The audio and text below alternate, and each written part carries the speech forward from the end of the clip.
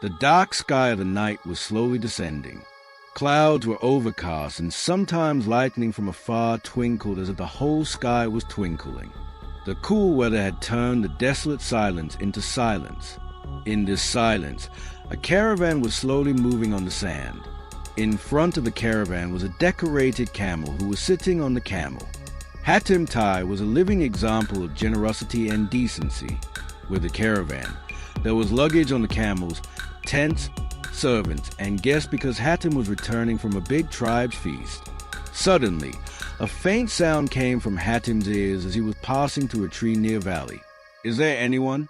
Is there anyone who can hear my plea?" Hatim immediately stopped. The caravan also stopped. They looked around, but could not see anything. The sound came again, this time a little closer. "O stranger, if you are a human, then listen to what a prisoner has to say." Hatim jumped off the horse, and the sound increased rapidly. Behind the trees, in the shadow of a deserted hut, there was a slave caught in chains with a wound on his face and a ray of hope in his eyes. Hatim sat near him and spoke in a soft tone. "Who are you, and why are you lying here in this state?" Tears came into the eyes of the slave. He whispered, "My name is Below, and I was once a free man. But fate brought me to the slavery of a cruel merchant. He put a false accusation on me and imprisoned me here. I have been lying here for years. There is no one to ask, nor is there any hope of release. I just pray that a kind-hearted person will hear my plea." Hatim saw his chains. They were thick iron shackles on which the blood had spilled. It was a moment of silence. All that was heard was the hissing of the air and the breath of the prisoner. Hatim looked up at the sky and said in his heart, "O Lord, if you have given me wealth and honor, then it is my duty to help your people." Hatim called the people of the caravan and ordered, "This slave is now my guest. Release him, and if you want to pay any price, then it will be paid by me." But it was not so easy, because the slave was the head of the merchant tribe, and Hatim was about to face a battle in which the power of principle and faith would be tested. The sun had not yet risen in the morning when Hatim ordered the caravan to be prepared. The slave Yaqub was given a place in the caravan with respect and was placed on his wounds. Hatim had decided that he would free this slave from his real master, even if he had to pay a price for it. A large tribe lived a few miles away. The tribe was called Banu Nosa, and the cruel merchant Hamid lived there. When Hatim entered the tribe, people began to get excited. Hatim himself has come. Has he come to bless anyone? Hatim was taken directly to the merchant's tent. He was sitting on the soft mattress of the camel and was chewing the delicious fruit in the golden bowl in front of him. Arrogance was flowing from his face. Hatim said without any hesitation, "Hamid, I have come to you for the release of a slave named Below. I am ready to pay his price." Hamid laughed, but there was poison in this laughter. "Hatim, I know it is Taub Hatim, but this slave is a criminal. He tried to steal my goods and run away. I can't leave him like this." Hatim said, "If he was a criminal, then why did Allah put him in my way? I have seen innocence in his eyes. Now his eyes are tired. Hatim, this tribe is mine. My decisions are made here. If Taub wants to pay the price, then give him 50 dinars instead of 5 dinars. Then you may think." Hatim thought for a moment. Then he took out his sword, the same sword that the great kings had asked for as a gift, and said, "This sword is a sign of my honor, and now it is yours in return for the freedom of this slave." Hamid laughed and said, but he knew that this was not an ordinary sword. He agreed to this deal. Hatim freed Bilal in front of him and said, "O Bilal, today Taub is not only free from chains, but it is the beginning of a new journey. Now Taub will stay with me like an equal human being." Bilal's eyes were wet. He bowed to the ground and said in tears, "O Hatim, Taub is not only pure, but it is a lamp that illuminates the hearts of slaves." But now there was something else shining in his eyes. This deal was not over. A conspiracy had begun, which would fall like lightning on Hatim the next night. It was night time. At the edge of the Banu Nosa tribe, Hatim's caravan was standing in a valley. The fire was burning, some slaves were singing, and some tired travelers were enjoying tea and dates. Bilal was sitting next to Hatim. There was peace in his eyes, which he had not seen for years. Hatim consoled him. "Bilal, what is done is done. Now Torb is free, and as long as I breathe, no one can make you slave." But at this moment, shadows were moving behind the nearby trees. 3 masked men, with daggers in their hands, were shining. They were quietly moving toward the valley. This was the special man of Hamid. He had conspired to take revenge for his arrogance. He had agreed to take the sword from Hatim, but the release of the slave had ruined his arrogance. When a guard of the caravan saw the shadow of the trees, he became alert, but it was too late. An attack by the masked man attacked Hatim. Hatim immediately picked up a burning stick and stopped the attack. Bilal grabbed the second attack, but the third attack had already come from behind the caravan. There was a noise in the darkness. Kasim, the guard, ran. After a fierce fight, all 3 attackers were caught. Hatim Tai asked him to open his face. When the mask came, the same faces were in front of him, and they were among the special guards of Hamid. Hatim stood silently and said slowly, "Hamid, your arrogance has blinded you now. Even after selling the slave, you were not at peace." Hatim ordered the leader of the caravan not to harm these 3. Send them back to their master in the morning, but a message should also go with them. Hatim said in a loud voice, "Now tell them, if the intoxication of power is in you, then Hatim's armor and helmet are not ordinary things. If you look at my caravan again, then this sword will not be just a gift. The decision will be made." This night, Hatim himself guarded him for the first time in Bilal's tent. He went to sleep without chains, not a slave, but a free man's sleep. But Hatim had an idea. This war is not over. Now people like Hamid never accept the word freedom. Maybe next time it will be bigger. When the sun rose in the morning, there was peace in the caravan, but Hatim knew that the storm was still left.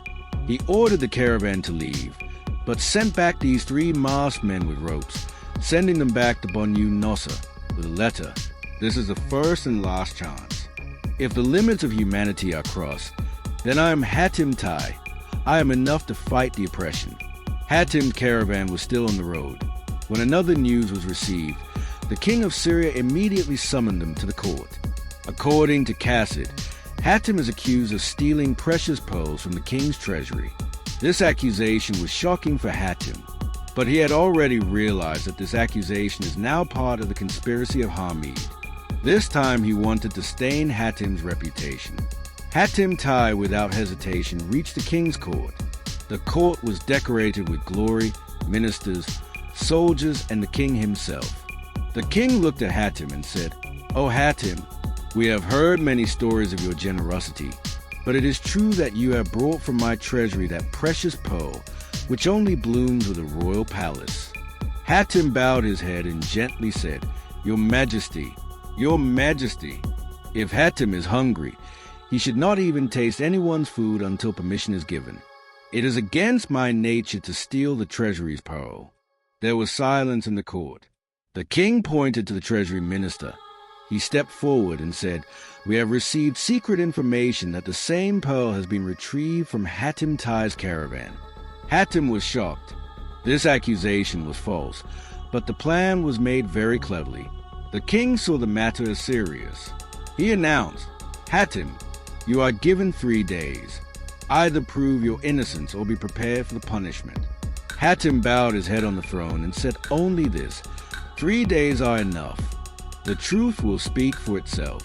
But remember, if I am innocent, then the lie will also be unmasked. And so, Hatim Tai left the court, but he had a resolve in his heart. This time, he did not only cry for slavery, but also to save the honor of his character. When Hatim Tai left the court, he not only had Yaqub with him, but also had a responsibility to prove his innocence and to unmask the face behind the false accusation. Hatim immediately stopped the caravan in an old nearby fort. This was his secret base, where he often stayed in difficult times. In the darkness of the night, he called Bilal and his special slave Izob, who was famous for his loyalty and sharp mind. Hatim said, "This accusation is on me by the person who has been injured, and there can be no one other than Hamid. But the evidence is necessary and the time is short." Bilal immediately said, "Master, when I found that blue from your tent, that day I saw a new slave of the caravan entering your tent secretly. He came in the evening and then disappeared somewhere. I had a doubt at that time, but I thought maybe the message was true." Hatim immediately said to Izob, "Take out the list of every person and keep a close eye on the new faces." The search of the whole night, the secret inquiries, and the testimony of the old guards finally caught the young man whose real name was Ruffy, and on the investigation he revealed everything to me. I was now sent by Hamid. He said, if I put the royal seal in Hatim's tent, he will set me free. I did this out of greed, but I did not know that it was not possible to tie the truth of a person like Hatim in chains. Hatim had tears of regret in his eyes, not anger. He said, "You fought for injustice, but the truth is still in your heart. Go, you are free, but do not become a weapon of a tyrant in the future." Hatim kept this seal safe and also wrote the final crime of Ruffy with it. Now he had the evidence that could bring the truth to life the next morning. Hatim Tai went back to court, but this time he was not going just to answer questions. Rather, it was time to expose the lies and arrogance. The next morning, Hatim Tai reached court. The streets of the city were buzzing with rumors. Did Hatim Tai really turn out was his face of generosity a deception? But when Hatim entered the court, there was light on his face and peace on his face. The king passed by and all the courtiers were present. There was a silence. The king said in a harsh tone, "Hatim, 3 days have passed. Have you brought any proof of your innocence?" Hatim Tai pointed at the servant who had brought a chest in the court. Hatim opened it and the same chest was shining inside. Then he presented a piece of paper with a written confession. Hatim said, "Your Majesty, the accusation of the theft of the chest was actually placed under conspiracy in my tent. This confession is of the person who himself brought this chest, and behind it is the same person who attacked me earlier, Hamid." The king ordered the courtiers in anger, "Now bring them immediately." In a few moments, Hamid, who was standing quietly in the corner of the court, was brought to the middle of the court. When Ruffy's statement was read against him, the color of Hamid's face changed. The king said angrily, "So you did not just insult the king, but also the royal court. You are immediately removed from all positions and exiled." Applause began to be heard in the court. The truth of Hatim Tai had made everyone bow. The king turned from the throne and himself bowed at Hatim's feet and said, "Hatim, we are ashamed. We doubted you who always supported the oppressed. This throne is no longer just a part of the royal treasury. It is your property." Hatim returned the throne and said only one sentence: "Generosity is not with wealth, it is with intention." And Hatim's wealth is now worthy of pride when it comes to the work of the oppressed. Bilal, who was once a slave, was now standing at an equal position with the king. Hatim gave him a new responsibility in the court to take care of the needs of the court.